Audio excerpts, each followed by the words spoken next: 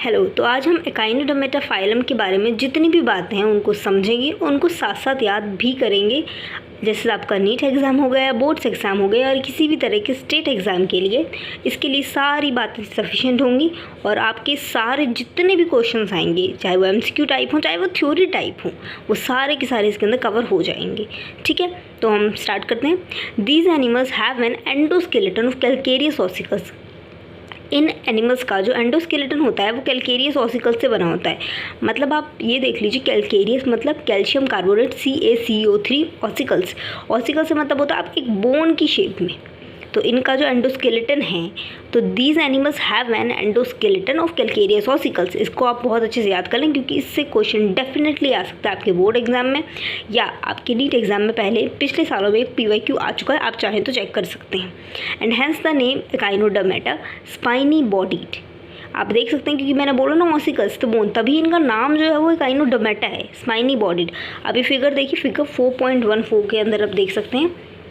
ये वाला हमें एकाइनोडर्मेटा के एग्जांपल्स दे रखे हैं। सबसे पहले दे रखा है एस्टेरिसिस, उसके बाद दे रखा है ऑफ्यूरा।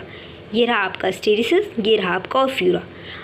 आप इन दोनों को अच्छी तरह समझ लीजिए और अच्छी तरह से याद भी कर लीजिए, क्योंकि अगर आप डायग्राम भूल जाएंगे तो आपके बोर्ड एग्जाम के अंदर भी डायग्राम्स आ सकते हैं, आपके नीट एग्ज़ाम के अंदर डायग्राम डेफिनेटली आते हैं। So you should always remember this kind of thing. ठीक है, उसके बाद ये रहे हमारे, उसके बाद नेक्स्ट पॉइंट है all are marine with organ system level of organisation.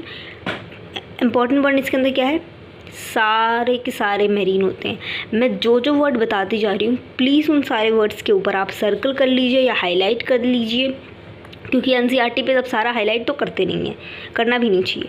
All are marine with organ system level of organisation होती है इनके अंदर। Organ system level of organisation कौन से फाइलम के अंदर होती है ये आपको याद होना चाहिए, आप याद कर लीजिए। स्पॉन्जिस के अंदर होती है cellular level of organisation. Coelenterata और टीनोफोरा के अंदर होती है tissue level of organisation. Platyhelminthes के अंदर होती है organ level of organisation. And aschelminthes से लेकर कॉर्डेटा तक कौन सी वाली होती है, organ system level of organisation. ठीक है, लेकिन एक बात याद रखना, जब अगर मान लो कभी आपका प्लेटीहेल्मिन्थिस वाला क्वेश्चन आ गया और अगर आपको ऑप्शंस के अंदर ऑर्गन नहीं दे रखा ना, मतलब कि सिर्फ ऑर्गन वाला नहीं ऑप्शन दे रखा, then you have to click. आपको तब जो लगाना होगा organ system of level organisation लगाना होगा, क्योंकि NCERT के अंदर दोनों चीज़ें लिखी हुई हैं। बट ऐसा ज़्यादातर मतलब बहुत रेयर केस होगा, तो आप ऑर्गन लेवल ऑफ ऑर्गेनाइजेशन ही लगा के आना। ठीक है, उसके बाद the adult echinoderms are radially symmetrical but larva are bilateral symmetrical. ये तो सबसे ही ज़्यादा इंपॉर्टेंट पॉइंट है इसका। जो एडल्ट एकाइनोडर्म्स होते हैं वो तो रेडियली सिमेट्रिकल होते हैं, बट जो उनके लार्वा होते हैं वो बाइलेट्रिकल सिमेट्रिक होते हैं। ये जो प्रोसेस है, एक तरह से इस प्रोसेस को क्या बोलते हैं, रेट्रोग्रेटिव मेटामॉर्फोसिस।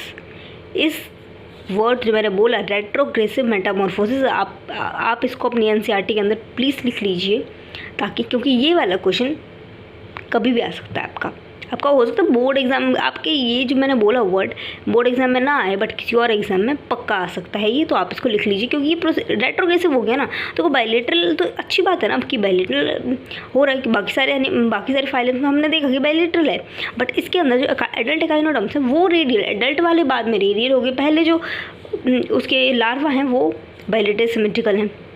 तो प्लीज़ आप इस चीज़ को लिख लीजिए, इसको बोलते हैं retrogressive metamorphosis. They are triploblastic and coelomate animals. इनके पास ट्रिप्लोब्लास्टिक होते हैं और ये सिलोमेटेनिमस होते हैं। ये वाली बात याद रखना प्लीज़। आप एक टेबल बना लेना, क्या मैं आपको बाद में कुछ टाइम बाद एक टेबल प्रोवाइड कर दूँगी, उस टेबल के अंदर सब कुछ होगा, जिससे आपको जब ये चैप्टर ख़त्म हो जाएगा उसके बाद मैं आपको प्रोवाइड कर दूँगी। ठीक है, digestive system is complete with mouth on the lower ventral side and anus on the upper side dorsal side. The most distinctive feature of echinoderms is the presence of water vascular system. जो सबसे ज़्यादा distinctive feature होता है, यानी सबसे अलग feature होता है, इसका होता है water vascular system which helps in locomotion, capture and transport food and respiration. कई बार हम सब ये भूल जाते हैं ये क्या फंक्शन होते हैं। नीट 2025 में आप चेक कर सकते हैं, इसी से क्वेश्चन आया हुआ है कि क्या वाटर वैस्कुलर सिस्टम के फंक्शंस होते हैं। तो आप इसको ऐसे याद कर सकते हैं, आर। LCR आपने फिजिक्स के अंदर तो LCR करते ही, LCR सर्किट आपने पढ़ाई होगा फिजिक्स के अंदर, तो वैसे ही LCR, L से लोकोमोशन, C से capture and transport of food and R से रेस्पिरेशन।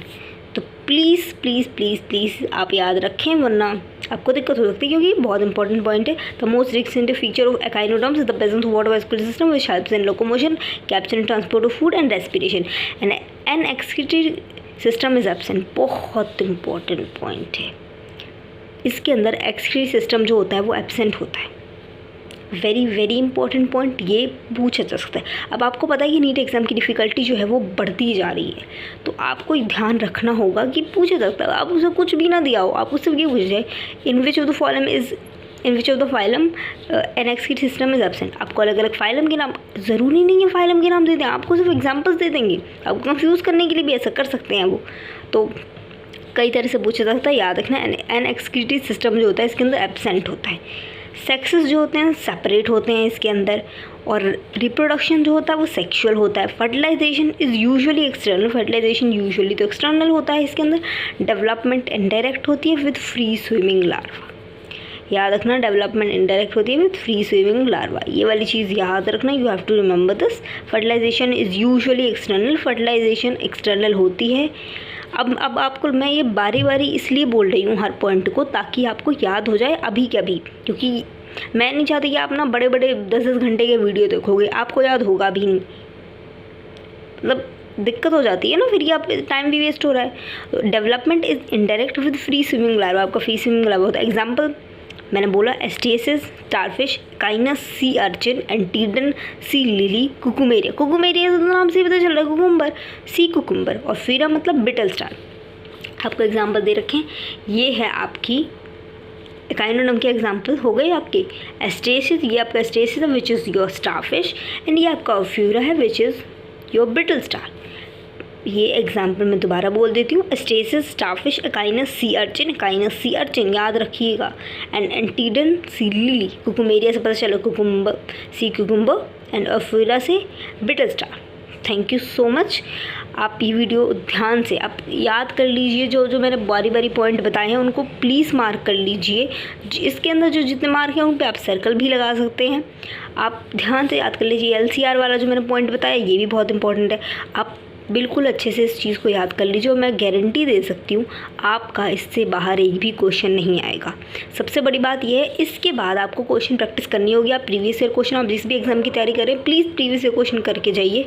हर सब्जेक्ट के कम से कम 10 साल के करने ही चाहिए, तो आपका बहुत अच्छे से पेपर होगा, ये तो मेरी गारंटी है। प्लीज़ आप याद सब कुछ याद करके जाइए और आपको सब कुछ समझ आएगा। Thank you so much. और अगर आपको ये वीडियो अच्छी लगी है तो प्लीज़ लाइक, शेयर और सब्सक्राइब करिए। Thank you so much.